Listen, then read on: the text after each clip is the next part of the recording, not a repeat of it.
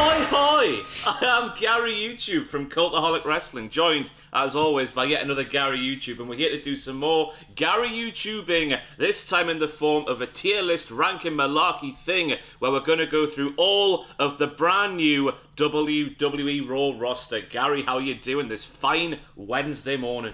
I'm swell. I'm fantastic. This is going out in like a couple of weeks, right? So hopefully nothing drastic happens on Raw over the next nothing drastic's happened on Raw over the last like month and a half or so. But they do like doing this weird thing where people can rock up and it's the wild card rule, but it's not the wild card rule. But here we are we just had the draft a couple of weeks ago. This is the Raw roster according to Wikipedia, because I don't know if you found this in this line of work, Adam, but WWE are awful at keeping their own website up to date. So I thought, screw them. Wikipedia is the answer. It's madness, isn't it? I was looking at the Raw roster as well, just making sure that I know enough about everyone on there. And one of the names that's still on the Raw roster is Jason Jordan on there.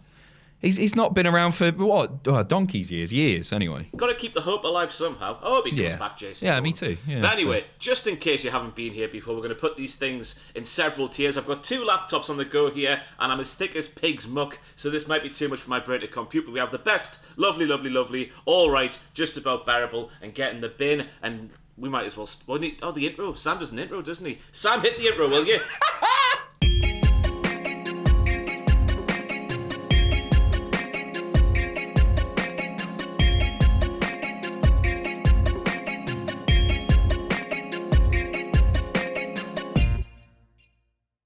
So we're kicking things off with AJ Styles, who was, of course, the team captain for Team Raw at Survivor Series. I think he's unbeaten since he moved to Monday Night Raw back from SmackDown after he moved to SmackDown from Raw because of not getting along with Paul Heyman, and Paul Heyman was responsible for the club getting released, or whatever that story was back in the spring. It's a long time ago, but when I say AJ Styles, what you say? I mean, he's immediately in the best. Yes, he is. of course he is. And he doesn't really need to do anything. It would be very difficult to move AJ down in future years as well. If you updated this next year, unless he gets injured or something, he's always going to be in the best because he's AJ Styles. The thing about Styles is he can be anywhere on the card and he will help elevate that scene. Like, he's in the WWE title picture at the moment. He's going to help elevate that. He'll give Drew a big win, hopefully. And he's been in the mid-card scene as well, and he elevated that. He's just AJ Styles.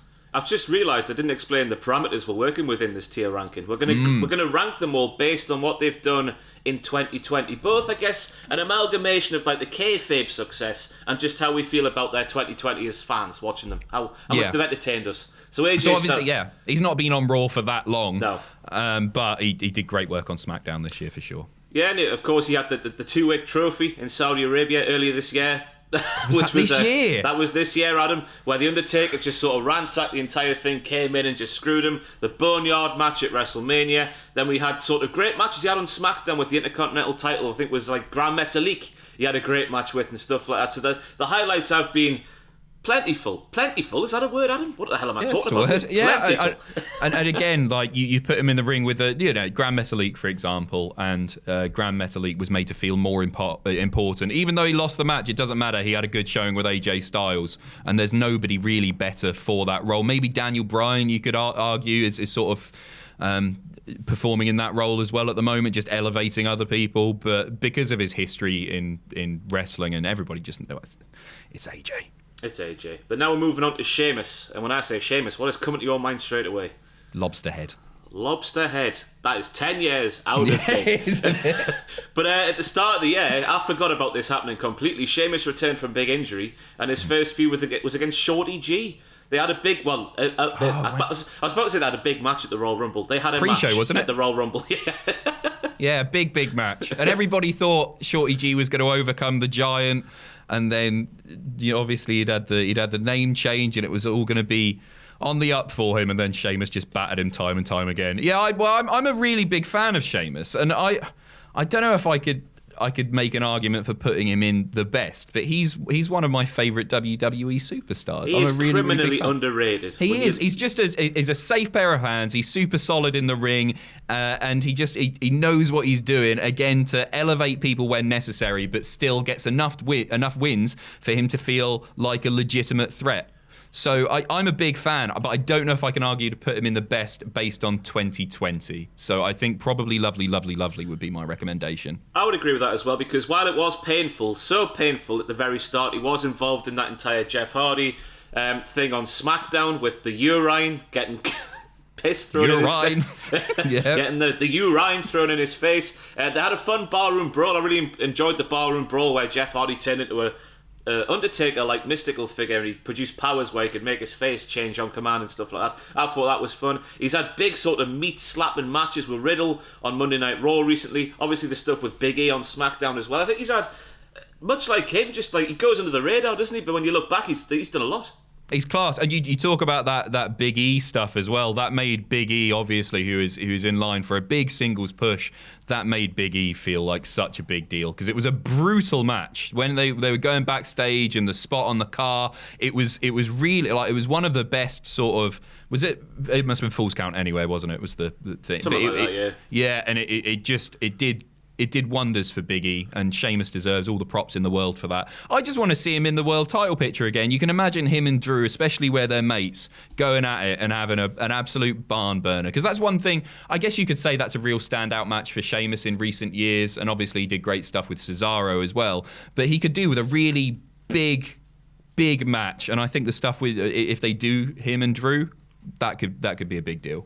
I'm really enjoying their little chemistry on Monday Night Raw, because in WWE they do like to make it clear he's a heel, he's a babyface. Maybe apart from Roman Reigns over the past few years, but we have a proper bona fide heel in Sheamus and a babyface in Drew. They're getting along, and that never happens. And it's a nice little change up from the norm. Layers, right? Yeah. And of course, Sheamus orchestrated the hit and run, because we know Elias, as we're sat here in December now.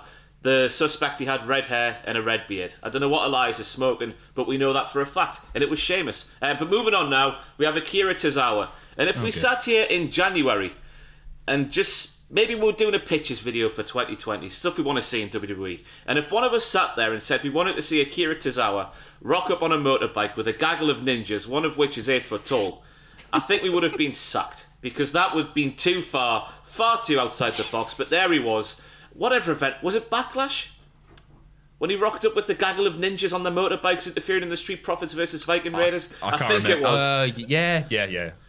But that's what he did. And his entire year has been sort of just embroiled in the 24/7 title, which I think is I love Akira Tozawa. I think he's hilarious. And he's obviously... Yeah, he's hilarious, and he's a fantastic wrestler as well. He's a great wrestler, for sure. I think he's good at what he does, but I actually sort of think it's the right spot on the card for him, and I'll get some flack for that.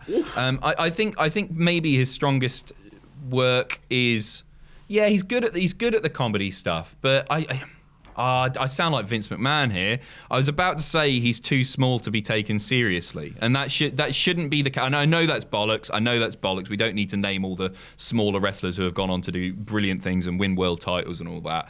But actually, I don't think Akira he's not on the same level as like a Kofi or a Daniel Bryan or something like that. I can't ever see him getting any higher. I think this is a perfect spot on the card for him. I do find him entertaining. I struggle to invest in him as a character. I struggle to care about him, but I'm never bored when he's on the screen either. Yeah, he did have some good matches this year, to be fair. It was in the Cruiserweight title tournament in NXT. He had a couple of wins there, but then lost to Phantasma, who, of course, was the eventual winner, I think. He got trodden on by the Gobbledygooker as well, which, of course, it must be a career highlight for him. But Akira Tozawa is a weird one to sort of put in this tier ranking thing, because he is always entertaining, but it is always the same. Yeah, well, that's the 24/7 title picture as a whole, isn't it? It's just such a wasted opportunity. They could do so much with that. I mean, I guess the good thing about his stuff on TV is it's kept generally short. He's a constant. He's on Raw pretty much every week. And it's sort of the segments involving Akira, they serve as a bit of a palate cleanser, don't they? Quite often a 24/7 segment will come following something quite big, quite serious. You get a little bit of fun, and he performs well in that role, but he's not good enough for Lovely, Lovely, Lovely. I think he's just all right, isn't he?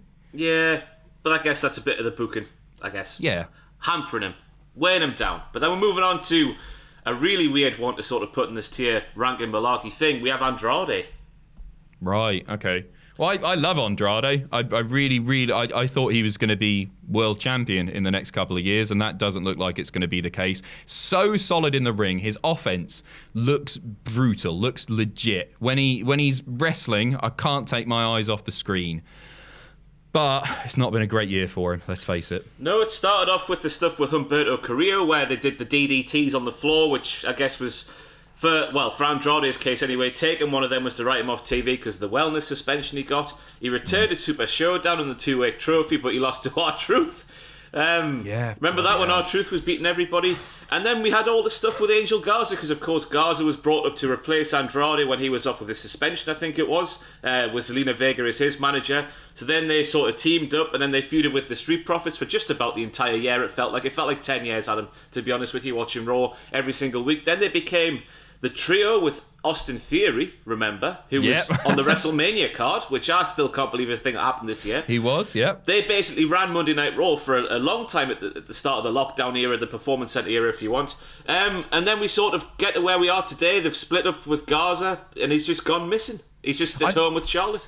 I feel like he's been a bit outshone by Garza, is the problem. I think Garza has shown a lot more charisma and personality than Andrade has, and that's not taking anything away from Andrade, because he is still really fun to watch. And you've got to give him props as well, for especially during the start of the lockdown era, there were a few people that were wrestling every week who were just putting on really, really great matches in front of nobody, with no piped in audio or anything. It's really hard work, and his matches were always really good. Asuka springs to mind there as well. People who sort of held it together for WWE. So I don't think it's fair to put him in all right, but also, as I say, he's not had a great 2020. So maybe the bottom end of lovely, or maybe the top end of all right. I've just remembered something as well. He was United States champion for a very long time, and he feuded with Apollo Crews, and maybe that's why I couldn't remember it off the top of my head there when I was going through his highlights of the year. I think the top of all right, because as you say, Angel Garza is just more of a character and outshone him, because that's the major drawback with Andrade. Fantastic wrestler, but as a sort of character, he doesn't sort of like enthrall you, does he? He doesn't draw you in. He doesn't get you really sort of like. It's just like, wow, he's a fantastic wrestler. He's a sexy man. But that's about it, isn't it? He did in NXT, though, but I would argue that Zelina maybe held that together for him, because obviously he doesn't speak great English. He's improving, and maybe in a couple of years' time we'll be talking about him in a completely different light and all bigging up the bloody Andrade promos that he's cutting. But right now he's not quite there, and without Zelina, it's. I feel for him, because he is really bloody good. Yeah. But next up, we're going up to Peyton Royce, and the main headline for this year is WWE, first of all, not giving the Iconics a real shot with the titles. They had the titles, but they didn't do anything with them. The comedic segments we could have had with the Iconics, with their unrivaled chemistry, you can't sort of manufacture that sort of chemistry.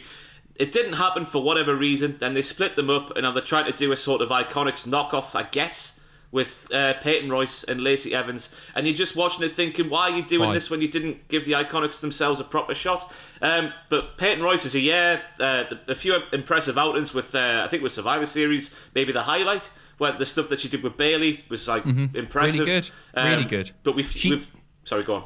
She needs somebody to take the lead in matches, that's for sure, because she's not quite there yet. She's not green by any means or anything, but she's not the strongest in the ring, and so she does need a decent opponent to make her matches work, I would say.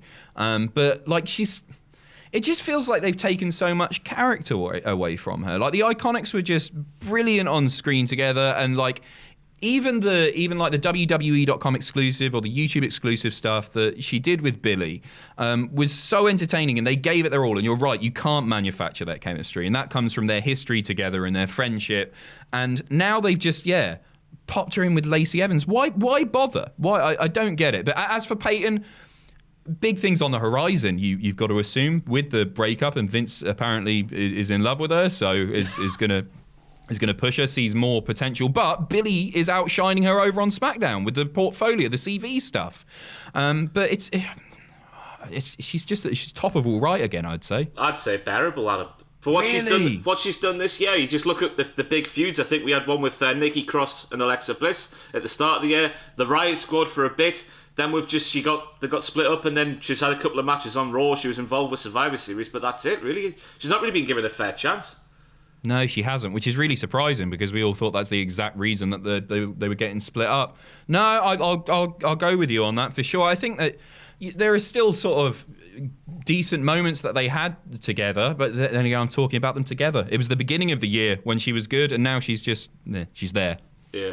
I think that's the sort of the harshities, if you want, if they're ranking these things with just their 2020 in mind, I guess. Not looking at them just as wrestlers, just looking at how they're booked and putting it all in one. Just a lot of these people are going to be hampered by what they've been allowed to do on TV, which is it's a weird thing, isn't it? Why did they hamper them all so much?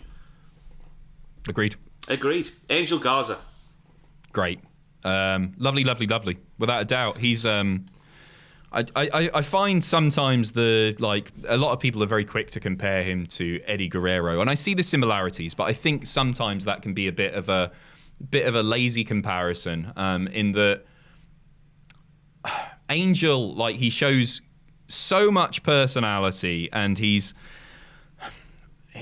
just solid in the ring. I think he's like a total package, and maybe that that's where the comparisons come with Eddie, is the charisma and the wrestling ability, and all that stuff. But I think he's had a really strong 2020. To me, he feels like a star already, even though he's not risen up the ranks and he's nowhere near the main event scene or anything like that. He still feels like a superstar. Yeah. I would miss him if he was gone a lot. Yeah. How do you feel about him stealing the girl of your dream shtick? Well, I guess the copyright on that has expired, hasn't it? It was 10 years ago, but I don't know. Maybe I'll send him a cease and desist. Because he is on Raw every single week looking across the world for this girl of his dreams with the rose in his mouth. But as we said, if we're going to put Andrade in all right, Angel Garza proved beyond any shadow of any doubt, I think, he is a step above Andrade just because he has that character that Andrade doesn't have. The work in the ring speaks for itself, so I just think we need to move on, Adam, because we're going to be here long enough as it is. Next up, we have Shayna Baszler. What you said about Shayna? Yeah, I think, again, she's wasted in the tag division. And I'm not just going to go, Nia's holding her back or anything like that. But also, Nia's holding her back because Shayna's so good, and I feel like we're going to be repeating ourselves a lot in the main roster booking is criminal, and she was class in NXT, but she was class in NXT. It wasn't at the start, because remember the Elimination Chamber? I think she eliminated all the people in there by herself, and then she got the WrestleMania. I know you can look at the stuff with the blood capsule on Raw when she bit Becky on the back of the neck, or whatever it was, and that looked goofy. Goofy as out. But I enjoyed it. Did you? I genuinely did. I don't think maybe she wasn't the right character to be doing it. This woman who can just make you tap out like that, and now all of a sudden she's biting. But as a visual, I quite liked it. Yeah, but up till WrestleMania, and then the shock loss, because I think we all had it sort of sewn up that Shayna's just going to win. Yeah. Becky's had the belt for a long time. We need a new sort of, not maybe a new figurehead, but a new major star in the women's division. It's got to be Shayna Baszler. But no, we lost at Team Shayna. We lost as fans as well. Wait until we get to Charlotte talking about Rhea Ripley. Jesus. She lost at WrestleMania. Then it sort of all went downhill. We had the stuff with Sarah Logan where she sort of broke Sarah Logan's arm. I think it was in story before Sarah Logan was unfortunately released. The silly little feud with Natalya, where Natalya was sort of challenging her to submission matches on Monday Night Raw and expecting that would end well. And then we had the little feud with sort of Nia, which turned into the tag team sort of shades of the Bar from a few years ago. And now we've got the women's tag team reign and bullying Lana. That's where we are today. It's a weird one because it started off so promisingly, and then after WrestleMania it's just sort of taken a nosedive.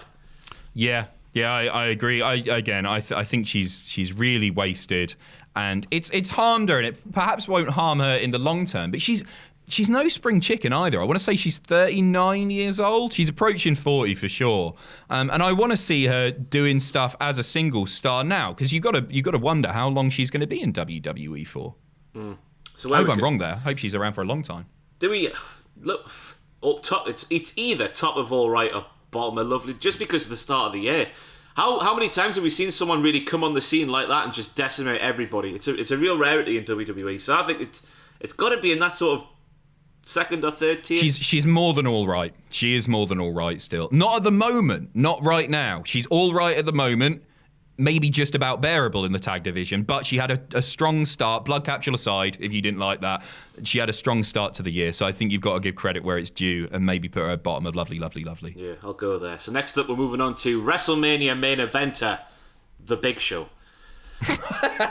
Remember that? We had the stuff I where do. It counts. Brock and Drew went out the ring, and then all of a sudden the Big Show appears, and then we had a Dark WrestleMania main event, which was then aired on Monday Night Raw. Why they didn't just put it on Raw to just have it be on Raw? Why don't, I don't It's on understand Wikipedia, isn't it, as the main event, right, of WrestleMania, because it took place at WrestleMania. It's like the fact that it was in the same place. Yeah, but the Big Show, right?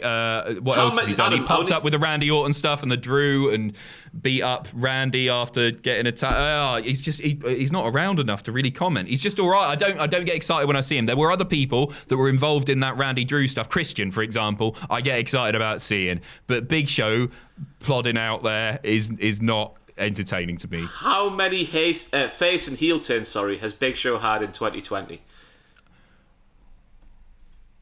3. So, at the start of the year, he turned face because he teamed with Kevin Owens and Samoa Joe to defeat Rollins and the AOP. He then returned at WrestleMania as a heel against Daddy Drew. He then turned face again in the whole Street Profits and Viking Raiders thing against Tozawa's Gaggle of Ninjas. And then I guess he remained face in the sort of the Drew McIntyre, Randy Orton stuff, and then he turned heel, of course, with the entire Big Show stuff on Netflix. One of the worst things I've ever seen. But Big Show's done more than you might expect here in the year 2020. But still, it's a weird one to sort of put in this tier ranking thing. Is it bearable? It's fine. It's the Big Show. Yeah. It's bearable. Yeah, it is bearable. And I like giants in wrestling. I've always just sort of been drawn to, even back in the day, like Giant Gonzalez as a kid. You can look back on it now and think, gee, look at those, painted on muscles and all that. But there's something about a literal giant which is just so impressive. Like Jordan at the moment on Raw, it's just like I can't believe he's there. Do you know what I mean? There's something that's still just like, wow, that is unbelievable. How can anyone beat him? But I guess where Big Show's been around for forever, and he's a bit of a knacker now.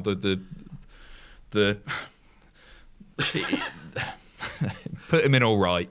In all right, no. We're putting Peyton Royce in bearable. We can't put Big Show any higher than that.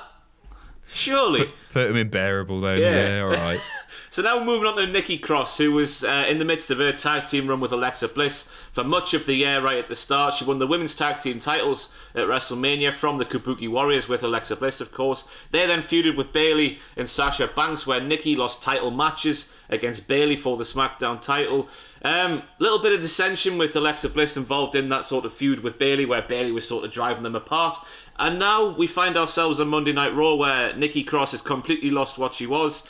When Alexa Bliss turned around a few weeks ago with the contact, she only had contact lenses in her eyes, and Nikki Cross, the crazy and deranged Nikki Cross that we all thought that she was no longer, because she was scared, and now she comes out to a theme that surely belongs to Lacey Evans. It's all sort of southern and twangy and rocky and this, that and the other. Lost. How could they not get her? I don't understand it. Like, wasted opportunity with Sanity and her not being involved, and then, like, she had a good start to the year. And the title matches with Bayley, I don't think they built her up enough for those. Because I just feel like they actually...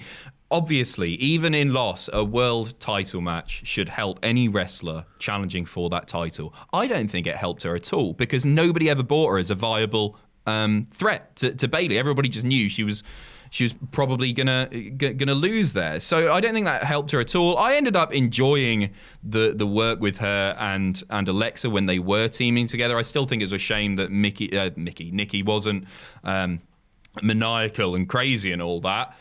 She was just a bit goofy sometimes, I guess. But the on-screen chemistry that they had, and you could tell they were having a lot of fun doing it, made it enjoyable to watch for me. But it's not the Nikki that I want to see, and they especially don't get her apparently on Monday Night Raw at the moment. So I think she's all right. Yeah, I think all right. It's a shame. The place to go, because I thought that out of the tag team champions, maybe her and Alexa are one of the better ones, I guess. Not obviously the best ones. The best one's Sasha and Bayley, but yeah, all right. I think the third, Kabuki Warriors second.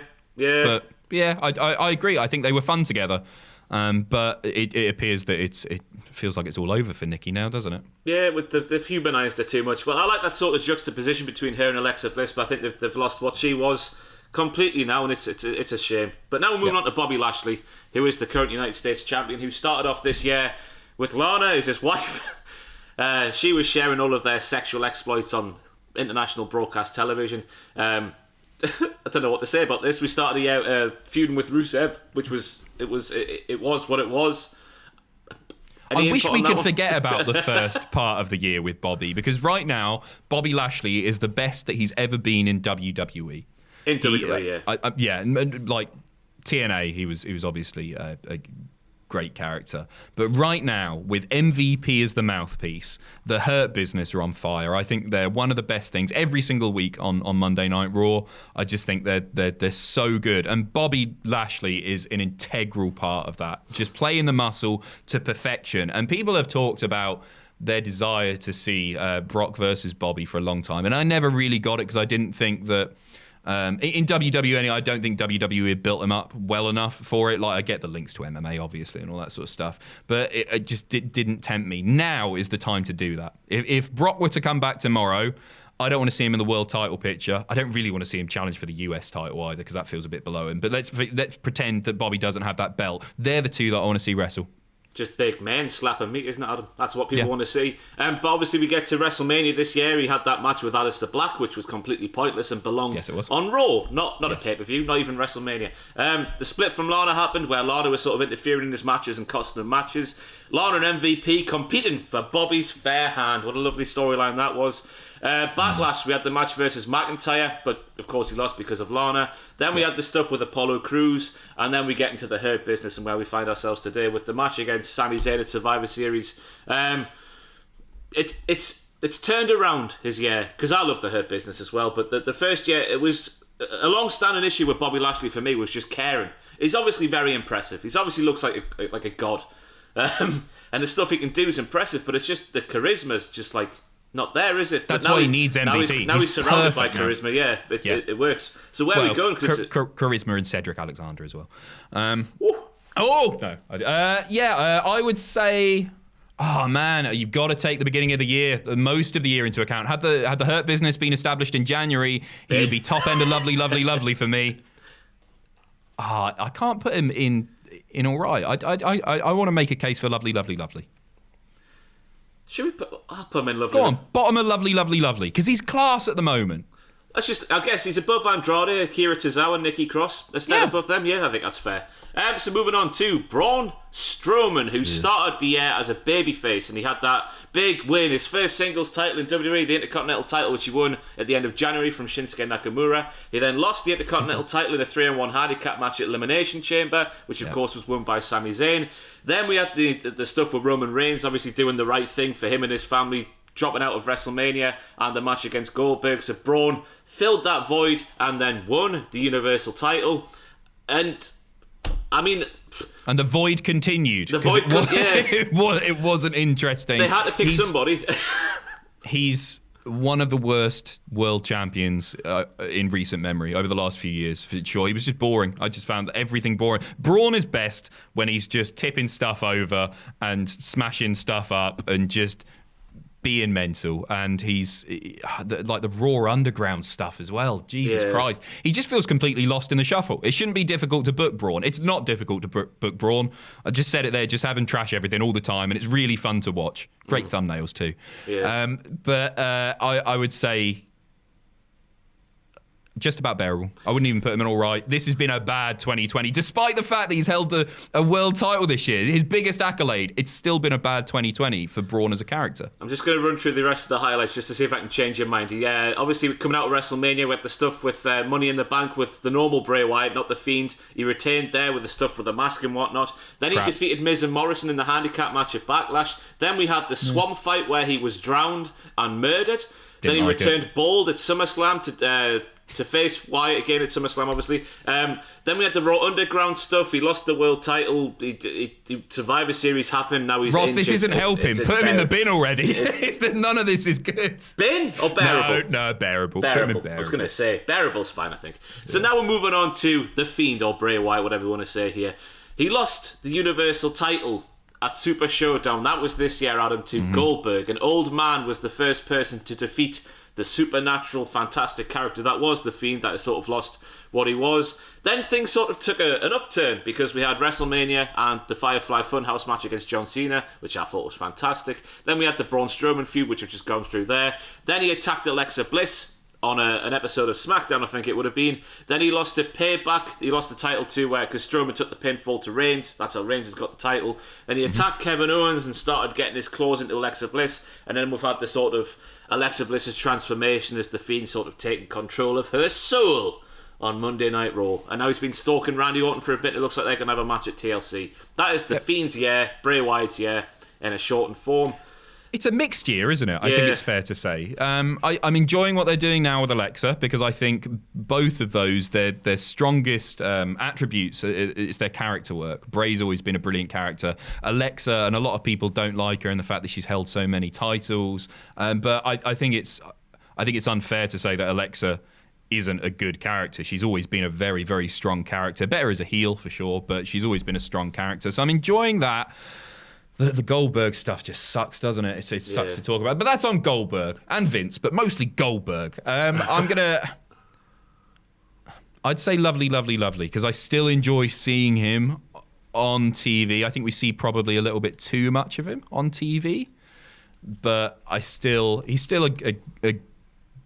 a great supernatural character, one of the best ever, and he's only been around for a few years as the Fiend. So. Yeah, the Goldberg. I still can't believe that old man Goldberg was the first person to beat the Fiend, which is the best character they've produced in many, many years. It's amazing how quickly they bollocksed it up. Yeah, they really did better than we ever thought they could in the speed of the execution of the rubbish. Where would you put him? I think Lovely Lovely's a bit too high because you look at the highlights. WrestleMania was a highlight. That's your lot. The stuff with Alexa's been good, but it's sort of been a slow burner. And the stuff on this week's Raw, when is this going out, Adam? We're sat here on the 2nd of December. The 30th of November Raw. Time. Yeah, the 30th of November Raw, where they sort of passed Alexa Bliss back and forward, him and Randy Orton. That was just confusing to me. I didn't really get what they were trying to do there. So it's weird because the highlights have been fleeting this year for the Fiend. The true proper highlights. Oh man, it just feels so weird to put the Fiend in all right. Yeah, because the Firefly Funhouse is still good, isn't it? Yeah, no, that's right. Yeah, it's still. I still get a little bit excited when he's on the telly. So, little bit excited. Yeah, just a little, not sexually. And speaking about a little bit excited, Adam, we're going on to Cedric Alexander, who was in the first part of the year in a tag team with Ricochet that was apparently called the Two Fly Crew. Is that right? The Two Fly Crew. No, I've heard that.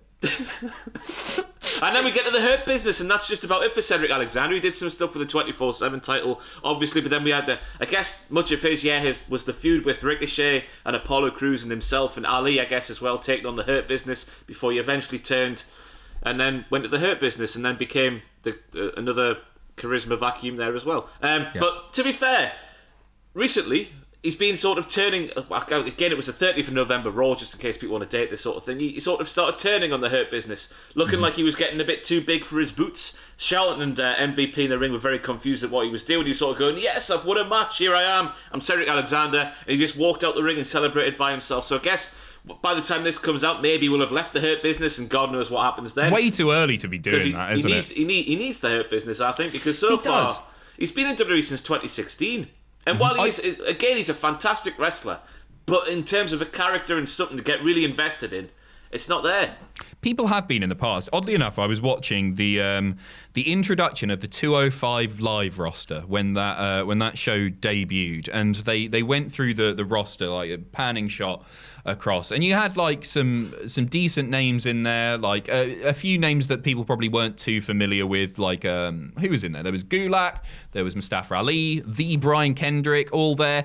Cedric got the biggest pop by a mile, like huge. People can invest in him, and he's a very likable guy, and I think he's a decent enough baby face, but there's always been just something missing in WWE and it's character again. So he needs the Hurt Business. So, but if by the time this is gone out, and apologies that we are recording this ahead of time, we're getting our Christmas content done. If he has left the Hurt Business, he's going to get well and truly lost in the shuffle.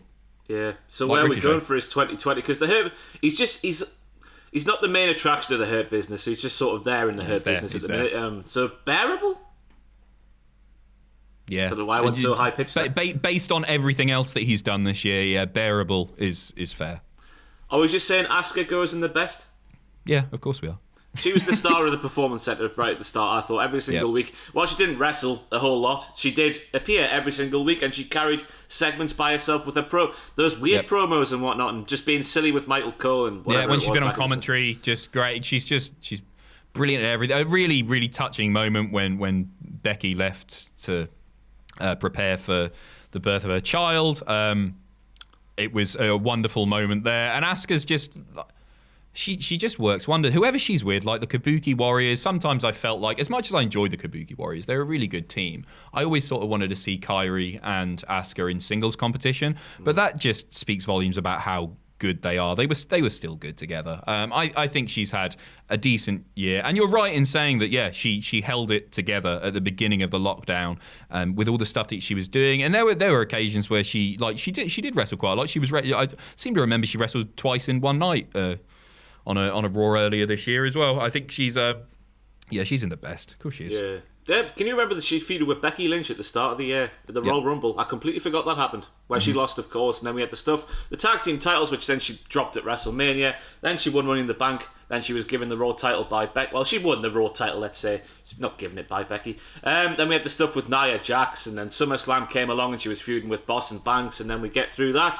And the utter bollocks that was Kairi Sane's departure from WWE, where Kairi, the professional wrestler, was getting beaten up backstage, and Asuka lost her title because Stephanie McMahon put silly stipulations on a match, and because Asuka got counted out, helping Kairi, Sasha Banks won the title. Remember all that? That was convoluted bollocks. Doesn't help anyone. No. Stupid. And now we get to sort of today. She defeated Zelina Vega at Clash of Champions, which is again another match I completely forgot that happened. And then she's Lana's sort of guardian angel now on Raw, and she's still... I see some people in my mentions saying that she's probably lost her luster as the year has gone along, but I still think she's very entertaining at whatever she does. Agreed. Yeah. And now we get on to maybe what is going to be the most disputed point of this entire tier ranking thing. We have Dabba-Kato. Dabba-Kato, who was the star of Monday Night Raw and also the star of The Main Event on Netflix, which is a WWE a WWE movie on Netflix where he plays the leading heel and he is sensational. I forget what his name was in the movie, but me and Tom watched it. It's on the podcast feed. Dabba-Kato, Adam. Right. Well, yeah. All I can really think about is the stuff with Braun. He's not been on.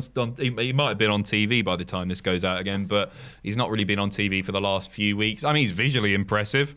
He hasn't had a strong year. Like Braun was his first loss on Raw Underground, but I just want to forget about Raw Underground altogether, really. And I know that's not in the spirit of the video, but God, he's just a bin. He's a big lad, and that's it. He's all right. He's a bin man. No, you can't go that far. Dabba-Kato. Look at it. No, you're right. What's he done? We can't put Peyton, Royce and Braun Strowman in just about bearable and have Dabba-Kato above them. It's a shame because had the stuff that he'd been doing on Raw Underground been in the ring, we might be talking about it a little bit differently. But where Raw Underground was so bad, you don't want to give credit where it is perhaps due. Yeah, put him in the bin. Why not? Yeah. Who is he? Exactly. Who is he? Yeah. We would say that to his face. So now we're moving on to Naomi, who's had a year ravaged by injury. She returned at the Royal Rumble early this year. She lasted 22 minutes before she got eliminated by Shayna Baszler. She then competed at WrestleMania and at Super Showdown as well, by the way, against Bayley. She competed at WrestleMania for the SmackDown title, which of course she didn't win. And then that's really been it. She was drafted to Raw while she's been recovering from some sort of surgery. Fantastic wrestler, really underrated, really underutilized. The stuff she does in the ring is amazing. Yep. But if we're basing this just off her 2020, I guess we've got it's not really her fault because she's been injured, but just about bearable. I don't think it's weird though when you were talking about like the SmackDown Women's title there. I'd forgotten about that match at WrestleMania. 5-way, wasn't it? Yeah. It's amazing how much Banks and Bayley have elevated the both women's title scene actually, but especially SmackDown. It's not Naomi's fault, but yeah, it's just a bad year for her. It's not indicative of how good she actually is. The fact that she's going unbearable there, because she is brilliant, and she again, I think she's money. I really do. I think if you push her right, she could really draw. I think she just stands out. She's really unique, isn't she? In both her sort of presentation and her wrestling style. Stuff she does in the ring is amazing, yeah. But moving on, we have Drew Gulak now, who I saw his first big thing of the year was the sort of interactions with Daniel Bryan, which was a feud that then turned into a partnership, which then bled into WrestleMania because Gulak won a match that allowed Bryan to challenge Sami Zayn for the Intercontinental title at WrestleMania. Gulak himself lost on the kickoff show to WrestleMania, which again is a match I completely forgot that happened. It was decent as well. I seem to remember it was all right. He had fantastic matches. Well, was it just one or was it two with AJ Styles on SmackDown, sort of heading into the summer, that sort of time? I can't remember how many it was. They were feuding for a little bit with Bryan in the mix as well. Yeah, but the problem there is that should have elevated him, and I guess it did very, very temporarily. And then they put him in the 24/7 title scene, and you've just lost that. You've lost. I don't want to talk about momentum because it's such a WWE thing, but you've just put an end to that momentum. He was on the up, and then he's now dicking about dressed as a turkey. Yeah, it's weird because he's such a charismatic guy. You look at the PowerPoint presentation and stuff from 205 Live, and he's got that thing, just that he gets the humour of professional wrestling. He just gets it. But they never use him, man. I don't know if it's just that maybe his attire, maybe it's his style that maybe Vince McMahon doesn't think will appeal to the sort of. He's got a little willy. No, a bit short. A bit short. All right.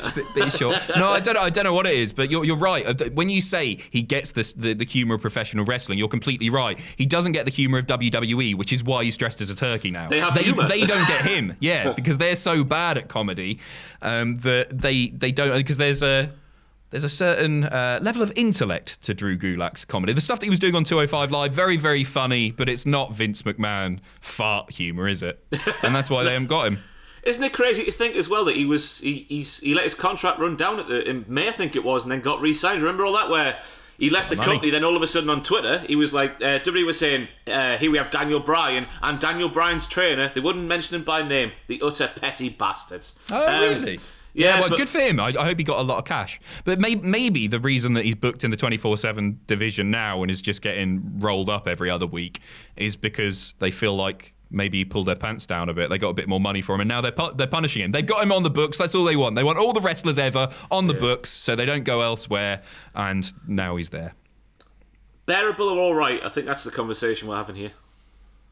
The early stuff on SmackDown with AJ and Bryan was decent and was enough for all right. Let's go all right. Bottom all right, yeah. A step above the people unbearable, I think, in terms of what he's done this year. And then we're going to put Daddy Drew McIntyre into the best tier because I don't know what else we need to say there. Then we have Elias, who was murdered at the start of the year when he was pushed off the platform thing inside the Performance Centre by King Corbin. They then had a really pointless match at WrestleMania, which nobody was invested in.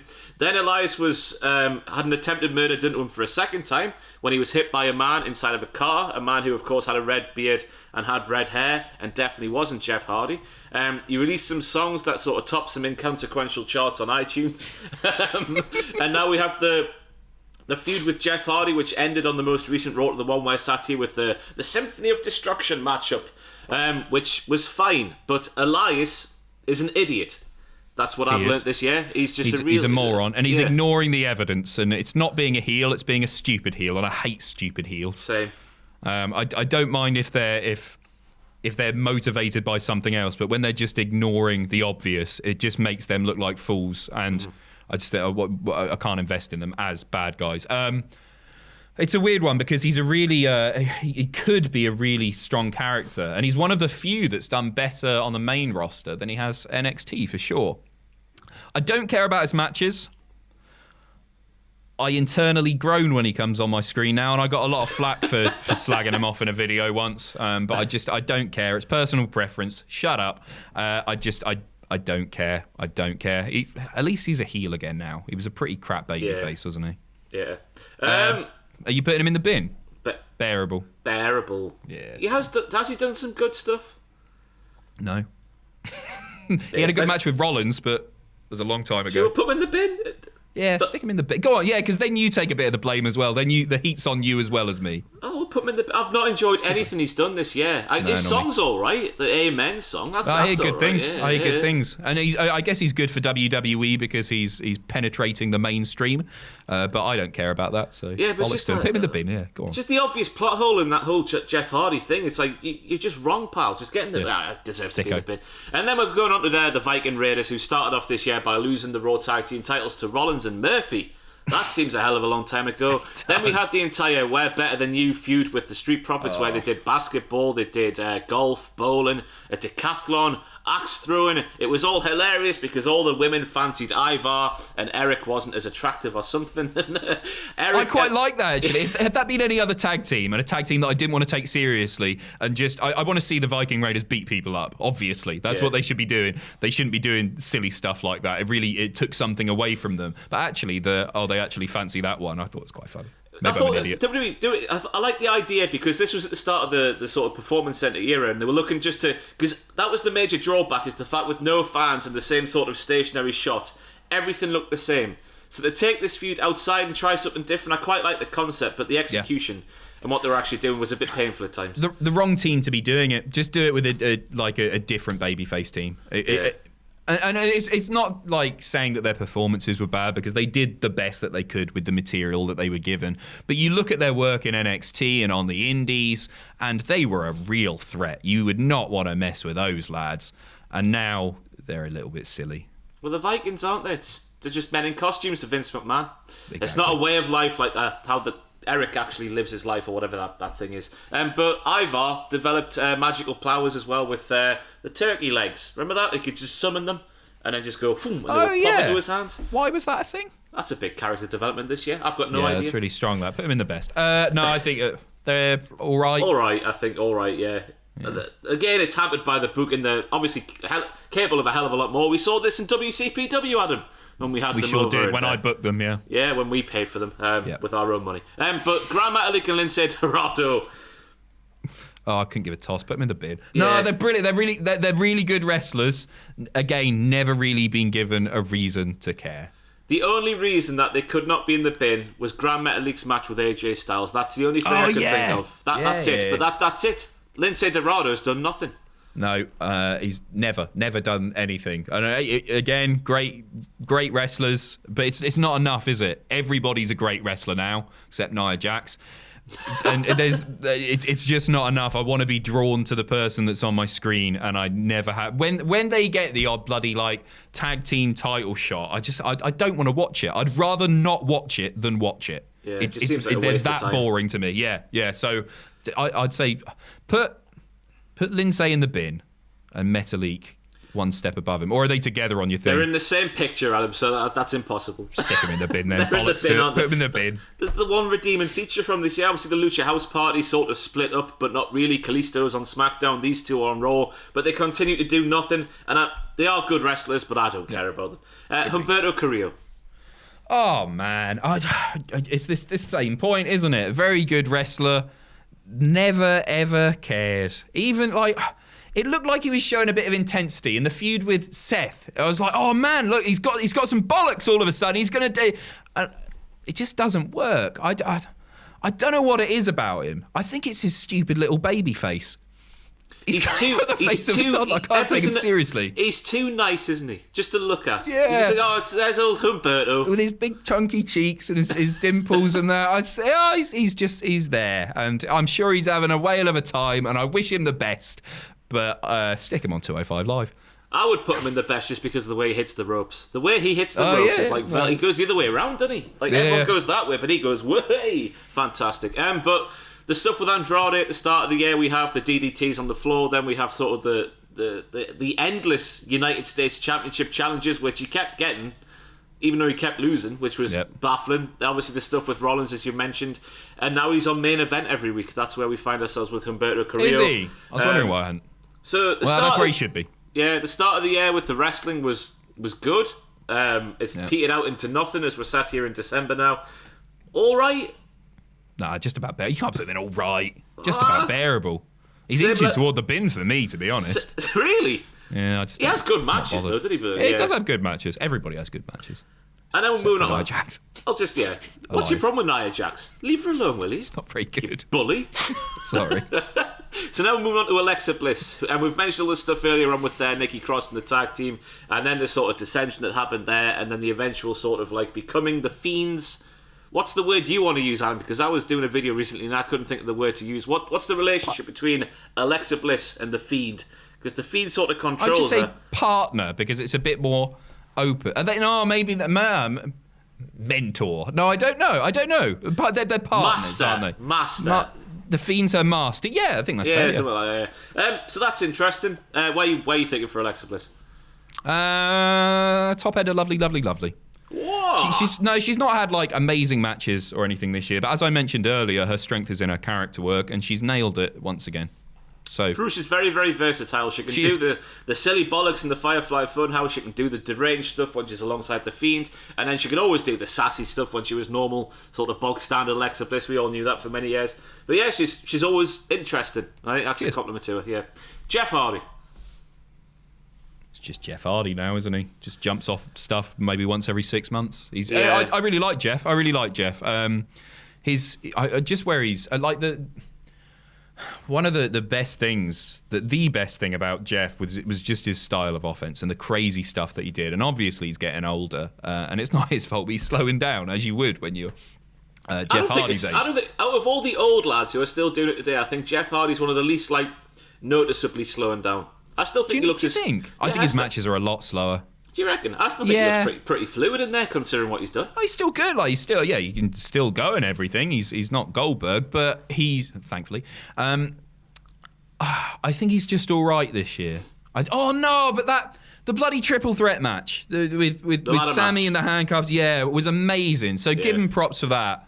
But is it enough props for lovely? I don't think it is. Yeah, you look what else he's done this year. He returned in March after a big injury, and King Corbin was his initial sort of returning feud. Then it's a death sentence, isn't it? Yeah. And then they always do it with like debuting people or returning people. Like Riddle, his first feud, King Corbin. Why? What good is that? Have they not learned by now? Yeah. It's the welcoming package of a main roster superstar to feud with King Corbin or Dolph Ziggler, and that's what everybody wants. But yeah, we had that stuff, and then we had the stuff with Sheamus that we mentioned before, with the pittle being thrown in his face, and then the stuff with Elias, which makes no sense. So it's either all right or it's bearable. It's one of the two. I don't think it's Jeff Hardy's fault. I think it's all right just for the ladder match. Yeah, that was one hell of a match. Because it was really, it's one of my favourite matches this year. Lacey Evans started off the year at the Royal Rumble challenging for the SmackDown Women's title against Bayley, which she didn't win. She was in the 5-way at WrestleMania, where she was a babyface, and then she turned heel at him because of karaoke. Oh, yeah? She didn't win the karaoke, so she went from being a good guy to a bad guy. She's got a lot of potential, is the thing. She's pretty decent in the ring. She's a fantastic heel. I tell you what, if you follow her on Twitter, she's absolutely hilarious. She did this thing where she took her daughter. I don't know if she knew someone inside the residential home, but she took the daughter to an old people's home, and she was stood there at the window, and she was like getting her leg out of her skirt and like putting on the windowsill, going like, you haven't seen a leg like that for a long time. She's like rubbing it in these old men's faces. I thought that sort of stuff's fantastic. So she could be a fantastic heel. She's got the character, and she's very unique in what she does. Yeah, she is. This year, it's been crap. Yeah.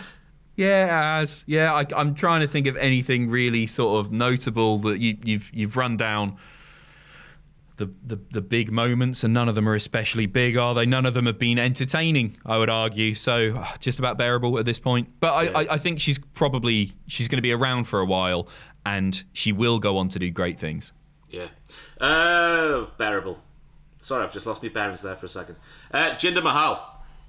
Not been here, has he? One appearance on Raw, and that's all down to injury. It looked like he was going to be a babyface because he was speaking about the redemption of Jinder Mahal. He was going to do things the right way. He still sort of wrestled like a heel, but it's one match on Raw, so where the hell do we put Jinder? He's on the Raw roster officially, so I had to include him. He's done nothing. That's how would you rate that one segment that he was in? Just about bearable. So there you go. It was, yeah. If you're basing it on that. When's he due to be back? I've got no idea. Because he was out for ages. I think he was out for over a year, wasn't it? Then he came back and had the match, and they needed more surgery on his He's looking knees. amazing. I see his Instagram pictures all the time, and he's looking great. And I would genuinely be up, maybe not on pay-per-view, but I would quite like to see Drew versus Jinder. Yeah, the story's there. Why not do it? Yeah. No, you could get a pay-per-view match out of it. Maybe one, and then get Heath in, be special guest ref. Oh, he's signed to Impact now, isn't he? Yeah, that's not going to happen. So next up we have Jomo himself, Mr. John Morrison, who of course returned in January of this year to immediately start teaming with The Miz. They then feuded over the SmackDown Tag Team titles against The New Day. They would win the Tag Team titles at Super Showdown, another match I completely forgot that happened this year. I think John Morrison has a case to say, well, he could say he stole the show at WrestleMania. He was absolutely fantastic in that triple threat match with Jimmy Uso and, who was it, Kofi. The triple threat ladder match for the tag team titles, because The Miz, of course, had I think he had COVID, didn't he? So he had to pull out. For me, it's a toss-up. WrestleMania is a toss-up between Seth and Kevin, and that match. It was so good. I feel like a triple threat ladder match, that it wouldn't be topped by another triple threat ladder match, surely. And then the Sammy match came along, and it was just a little bit better. But that's taking nothing away from that match at WrestleMania, which is especially tough to do when you've got no crowd. When you're taking bumps like that, that's got to be sore. He's been great, hasn't he? He really has. And I was never a John Morrison fan. I remember back in the day when he was doing the parkour stuff, I thought, okay, finally might be made a little bit interesting, maybe even a future main event run. And The Miz ended up being the guy that did it. Great character work there. And John Morrison feels like now he's got the character nailed. He was never a bad character guy, especially when he was teaming, but it feels like he's better than ever now, and it looks like they're having a lot of fun doing it. I'm enjoying it. That was the big thing when he returned this year, because I remember John Morrison being, obviously he does amazing things in the ring. He's the record-breaking 5-star wrestling world champion. 757 days he was the world champion in the best promotion that's ever lived. But it was always the promos and the character that he was sort of lacking on. But he's come back this year, and obviously we know he's an actor with, what was that film he did? The John Bone or something? I can't remember what it was, some sort of action thriller he did. He's an actor. He does the acting in his spare time. And the sort of ad-lib stuff he does with The Miz, where they're going back and forth, and it's just seamless. It's unbelievable stuff. So the out-ring stuff has caught up with the in-ring stuff this year. But I think the in-ring stuff, even though he's a lot older, I think he's got better in the ring. He's one of the few that I think is aged like a fine wine as Jomo. Still hits Starship Pain, though. Still don't like that as a finisher. Never hits them, does he? Never hits them. But outside of that, obviously we had the stuff with alongside The Miz going after Braun Strowman's Universal title. Then we had the heartbreaking stuff with Otis and Tuckay and Hell in a Cell and all that stuff. And now he's in the mix with The Miz once again, going after Drew McIntyre's world title with AJ Styles thrown in there as well for good measure. I think that's going to lead to Miz and Morrison having a feud next year. That's my prediction. They're sort of putting in little bits here and there just to say that John Morrison maybe isn't happy being the Miz's understudy, if you want. So that'll be good. The promos especially will be good on that one. But John Morrison has had at least a lovely, lovely, lovely year for me. At the very least. I think he's had at best a lovely, lovely, lovely. Ooh. You couldn't put him any higher. You couldn't put Jomo in the best, could you? No. But everything that he's done, and some of the booking has been a bit crap, like the Braun stuff especially, it didn't really do much for me. But he's played his role alongside The Miz to perfection. Whatever he's been thrown into, he's given it his all. I sound like a bloody teacher here on Parents' Evening, don't I? He's given it his all. He's not the brightest kid in the class, but he always tries his hardest. Therefore, we're going to give him credit. Good effort. Give him a sticker. Well done. Yeah, he's great. Keith Lee. Played the smooth operator in the main event film on Netflix. A fantastic natural role for him. Then we have NXT. His time in NXT has far outweighed his time on the main roster, I guess. We had the North American Championship win, which he took from Roddy Strong back in January. We had the fantastic interaction between himself and Brock Lesnar at the Royal Rumble, where Brock Lesnar was basically going like, "Oh, hey, big boy, how you doing?" He had the matches with Dominik Dijakovic. Remember that when that was his name and he wasn't bloody T-Bar. We'll get there. Then we had the Great American Bash, which, despite the best attempts by somebody in the crowd to spoil it, whether they wanted to or not, he defeated Adam Cole to become both the North American champion and NXT champion. The first person to hold them simultaneously, I think it was. Yep. Then we had obviously the devastating loss to Karrion Kross, where he dropped he first of all gave away the North American title, of course. Then he lost the big one, which made him look after a month, wasn't it? Yeah, made him look a bit silly, thinking, I'll give away that one and lose the other one. Then the main roster debut happened, where he rocked up with, obviously, we didn't know the whole CFO thing within WWE saying, like, you've got to get rid of those themes because we don't work with them anymore. So that WWE handled that terribly because we don't know that as fans. So he rocked up with a way worse theme. The attire was terrible. It's still not very good. Still bad. I don't understand it, me. Obviously, I understand that Vince McMahon has a penchant for big muscles. But I think Keith Lee being a bigger lad and still doing the stuff that he does, I think that's the appeal. Yeah. The fact that he can do what he does being a bigger lad, just let him get the bloody torso out there. Let him get it out, man. Let the flab jiggle, for goodness sake. And it's not even that jiggly. It's not. It's mostly muscle. It is muscle, yeah. I'd love to look like Keith Lee. Yeah, so would I. Yeah, I it's been a weird year for him. And if he was still in NXT, he'd be going straight in the best. But his main roster career, I think it's fair to say, has just been stunted, is perhaps the best way of putting it. It's had highlights. We had obviously a clean victory over Randy Orton, when Randy Orton was on fire, by the way. A Payback, I think that was. Then we had the stuff with Braun Strowman, where they were just throwing each other off the stage and just doing big slappy meat things. He's had a few good matches on Monday Night Raw. And then obviously the stuff with Survivor Series as well, where I think he got the win in fall, didn't he, against Jey Uso to bring it home for Team Raw, with a fantastic, how he did that, where Jey jumped off the top rope and he flipped them round and then did a spirit bomb. It was absolutely fantastic. So I still think, even though the debut and the sort of the initial issues with his main roster stuff, it leaves a sour taste in the mouth. Maybe he did become just one of the guys once again, like they do. They're bringing him feeling a bit special, give him a big win against Randy Orton, but then they sort of bring him down and just make him feel like one of the pack straight away. I still think, all in all, it's near the top of Lovely for I agree. I'm not suggesting that he's any lower than Lovely. I just don't think he's quite there, given his Raw career. I don't think he's quite there in the best yet, but I'm sure next year he will be. It's just a weird one with Keith, in that he's a guy that feels like a big deal, but should feel bigger. Yeah. Definitely. And he felt massive in NXT, and it looked like they had massive things for him.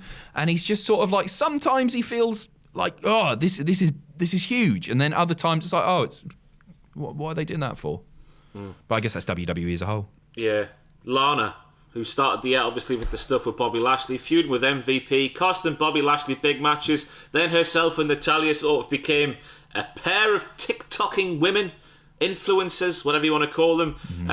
Then Nia and the table started. Survivor Series happened, where she was bullied mercilessly. WWE told the wrong story, in my opinion. The obvious thing to do was just surely have Lana prove to those two pair of dickheads, hey, I can do the wrestling. Here, watch me do the wrestling moves. But no, they had her stand on the stairs and cry, and then become the sole survivor. And now we've got the stuff with Asuka. I don't know what to say. The stuff with the documentary was good. Yep. But that's not a part of the law on Monday Night Raw, is it? It's not. She plays her role really well. I'm sort of just a bit drawn to Lana. I do. What's the word? Sympathise or empathise. I feel sympathy for her, and I actually think that, however tedious and repetitive this Lana going through a table stuff, Lana getting bullied stuff is, if they handle it the right way, they could make her a big baby face. So I'm willing to give it a bit more time, because I think she's good at what she does. She's not the strongest in the ring by any means, but she tries. She's always looking to improve, though, and it's clear to see, isn't it? She's got better and better. Every time she gets in the ring, there's a notable improvement.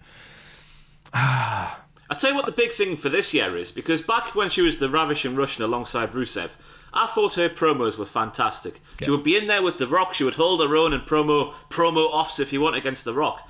But then at the start of this year, the promos, they were just erratic. She seemed to forget her lines a lot. She was saying the wrong thing. She called herself a WWE superstar at the Royal Rumble when she was making her entrance, stuff like that. And I don't know if that was intentional, just to say, oh, she's there, she's, I don't know, too caught up in herself to do her job properly or something. But that sort of turn in the promos, it was weird. Yeah, it was, because she is really, really good on the mic. I don't know, you never know what people are going through, and obviously, like, maybe the writing was on the wall for Rusev and other things were playing on her mind. I don't know. It doesn't change the fact that she was a bit crap with some of that stuff. Yeah, I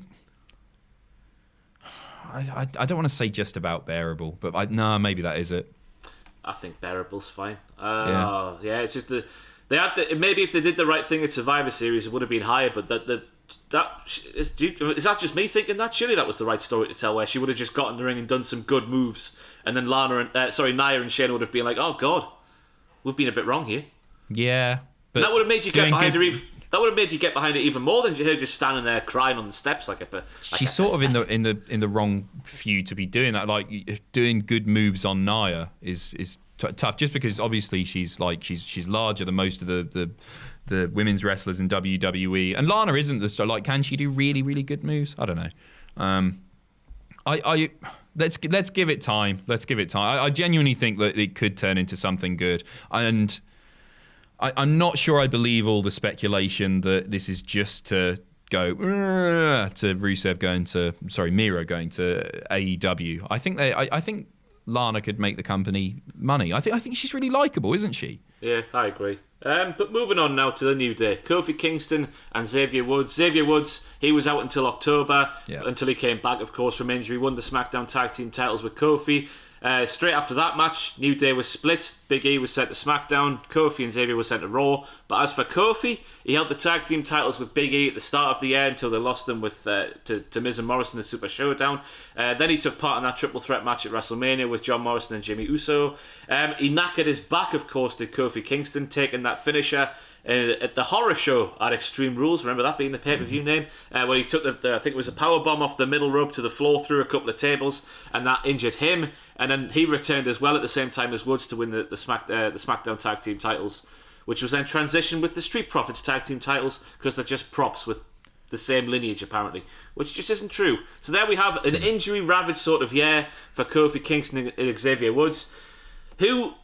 I'm shocked. Am I shocked they're still doing the babyface shtick after so many years? It's at least 4 years of being pure babyfaces the entire way through. And they should be. No, people bring up New Day heel turn all the time, especially with Big E. People are for some reason. Oh no, Big E should be should be a babyface. So should Kofi and Woods. They're so. I don't want to boo them. They've done so much for WWE. They're so good as heels though. 2015 New Day. No, they were great as heels, but I still think they're better baby faces. I love it. I just think they're so fun. They come on my screen and I smile. And you don't get that much of that in WWE anymore, and they're a reason to smile. No, I think it's been a weird year for them. If you're basing it on this year alone, it's probably just all right, isn't it, for them? The Street Profits feud's probably the standout, isn't it? Yeah, well, Xavier was just away for so long. It's a difficult one when they're grouped together. Like, Kofi's had a few standout moments and really decent matches. Can always be called upon to put on a great match, obviously. But with Woods being included there, I don't think you can. They haven't done enough. They've not been around for. Yeah, the stuff with the Hurt Business is getting there on Monday Night Raw, but as you say, it's just been an injury-ravaged year, so it's a hard one to sort of put any higher than all right, just because they haven't been there for most of the time. But then we're moving on to The Miz, who of course is Mr. Money in the Bank. He turned heel at the start of this year. Remember, he's a babyface this time last year in his feud with Bray Wyatt, where the Fiend was sort of infiltrating his house and terrorising his kids, but then The Miz turned up to TLC, still wearing his stupid attire, still doing his stupid poses in the ring, completely missed the mark on that one. Turning him heel was the right thing to do, because The Miz is not a good babyface in my opinion. Been through the stuff with Remember Morrison. the Flair stuff? Yeah. Miz babyface is so bad. Yeah. So bad. He's just a thoroughly detestable wanker. Lovely bloke, I'm sure. Lovely bloke. But he's, Miz and Morrison at Super Showdown, winning the SmackDown Tag Team titles, getting through WrestleMania. Obviously, they retained them inside the Elimination Chamber, where they didn't want to. Miz actually lost the Tag Team titles in the Triple Threat match. If you remember, they did the three guys at WrestleMania, then the other three members of the teams in a Triple Threat match on a random SmackDown, where Big E won the titles for the New Day. Mm-hmm. Then we had the stuff with Otis and Tucker, where Tucker turned heel on Otis, of course, and handed Miz the Money in the Bank. Yeah, of course, because they had the what was it called, Law and Otis, with JBL in the courtroom and whatnot. Now we've got the stuff on Monday Night Raw, and I think this year has been all right for the Miz. It's not hit the heights as it previously has, like 2018 when he was on flames. Jomo's been the standout, even though I guess the Miz has achieved more and is now Mr. Money in the Bank and has got the world title match. Yeah, when he wants it. Jomo's the standout. Yeah, I agree. For sure, I would put him a step below Jomo. Where do we put Jomo? Lovely. Yeah, put him a tier below. Look at that. He's just underneath him in the tier. How lovely. How wonderful this has worked out, Adam. But now we have Charlotte Flair. And she started the year by winning the Women's Royal Rumble, of course. Then she went and... Rhea Ripley was like, "How, you can come and challenge me if you fancy, pal." She went and did that, and she won the NXT Women's title in what has got to be one of the most baffling booking calls of this year. And then she had a reign which only benefited her. You thought Charlotte Flair winning the NXT title, an established superstar going across to NXT, Triple H, to help the new stars of tomorrow, but no, it only benefited her. And then she went and lost the match where she didn't even take the fall. I think Rhea Ripley took the fall when Charlotte lost the NXT Women's title to Io Shirai in your house. And now she's taking time away to get some surgeries done or something like that. But it was really infuriating watching Charlotte at the start of this year, being on everything. It's not her fault. You and I both agree that Charlotte is arguably... Well, I think she's the best women's wrestler in the world. I think you've said it before. I think maybe Sasha's pushing her now, in my mind. But for a long time, fair. She was. But this year has epitomised everything that people hate about Charlotte Flair. The way that she has been booked this year is obscene. It really, really harmed Rhea Ripley. That's the biggest tragedy in the whole thing. But this year for Charlotte Flair, winning the Royal Rumble and then winning at WrestleMania was one of the most baffling booking decisions in a long time in WWE. And there are a lot of them. It's just, I always try, I always feel like I'm like trying to not necessarily justify the booking of Charlotte, but I people get so fed up with her and they're always slagging her off. And you've got to remember how good she is in the ring and as a character. But this year, if she's just come across as like really selfish, and that's not her fault, I guess. Vince makes the final call and everything. It's the booking that's hampered, and not her. It really sucks, and it's harmed a lot of people. So this year for Charlotte Flair can get in the bin, as far as I'm concerned. Which is it's so bad. It's so weird because the matches, they weren't bad. They were good, but it was the fact that it only benefited Charlotte all the way through when you were thinking, surely the right thing to do is to pass on her sort of star power to somebody Especially if she's going away. Yeah. What the hell? Yeah, it was absolutely poor Rhea. Rhea. Yeah, this year, and that's no... Oh, man, Charlotte is so good, but this year for Charlotte, just a disaster. It's not on. Not on, I'm outraged. Cancel WWE Network. Yeah, I agree. Charlotte's 2020, while it has included some good wrestling, the booking it's not her fault. Maybe we should put a picture of Vince McMahon there. I can't do that now, but there you go. MVP. Brilliant. I love it. I can't believe we're sat here speaking about him being one of the highlights of Monday Night Raw. Because obviously he returned at the Royal Rumble, a return that was initially spoiled because of they were testing the Titantrons. There was a big gaping window where you could see it, if you remember that. So he returned at the Royal Rumble. That was fine. He then had a match against Rey Mysterio on Monday Night Raw. And you're thinking, my God, Goldberg has lost a hell of a lot from his pomp. MVP has lost even more. The match was terrible. I think he took a 619 to the back. I was thinking, God, it was a lovely story, obviously, because I think he came back just to show his son, like, look, I was a WWE superstar once upon a time. Look at me do the wrestling. So that's a lovely, wholesome reason to come back. But you're thinking he just doesn't belong in this wrestling ring. But somehow he's turned it around, and he's one of the highlights of Monday Night Raw with the microphone in hand. He brought back the VIP lounge. We had the stuff with Apollo Crews, which obviously brought in the brand new US title design where he was the real US champion. Apollo Crews had the old one. Then obviously they had that stuff, the back and forth, and then the stuff with Lashley and Lana and all of that stuff. And just MVP is fantastic. I love the aesthetics and the sort of concept of the Hurt Business, how they're just doing it for pure monetary reasons because they're bastards. They want all the gold and all the money, then they're going to politic their way with the powers that be on Monday Night Raw to get there. I just love MVP here in December, and it's weird to say how I think it was February maybe when that match happened. Yeah, and it's weird.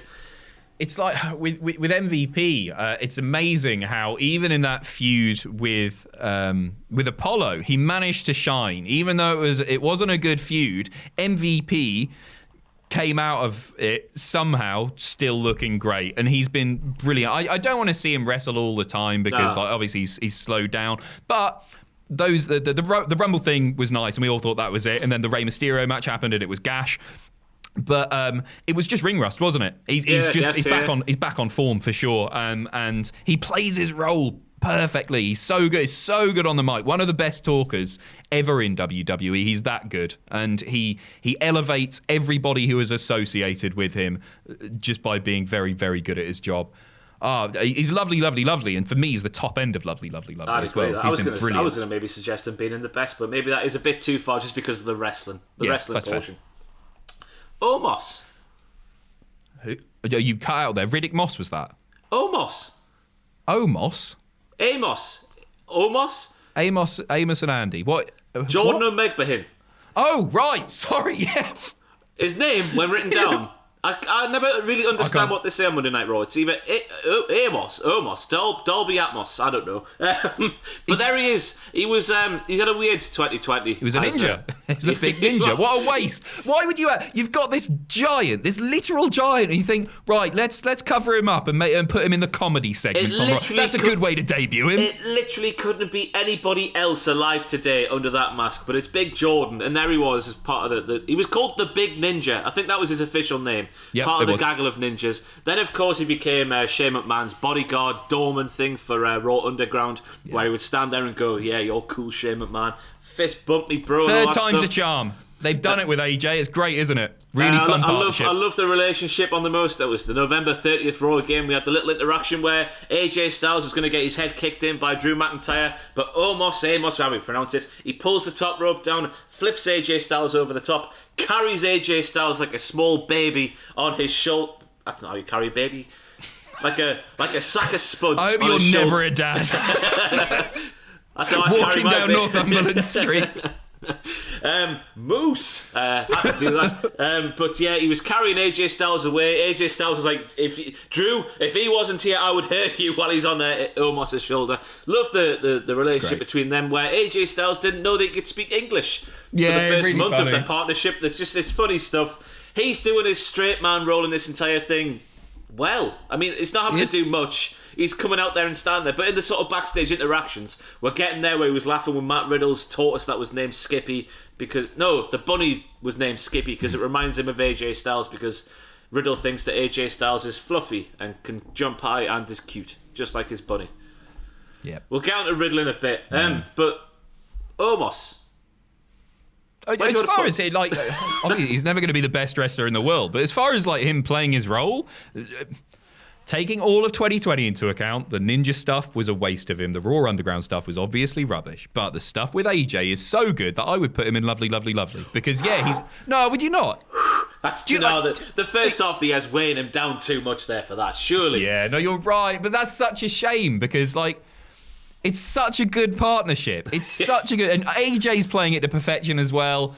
And he, Jordan's getting experience from, the best in the business as well. And he's getting the experience of, the timing, the stuff that he needs to be really good at. He's never going to need to do bloody moonsaults and stuff, is he? But he's getting, the storyline stuff and the character work down really well. So that's all good there. You're right, the first half weighs him down, which is such a shame.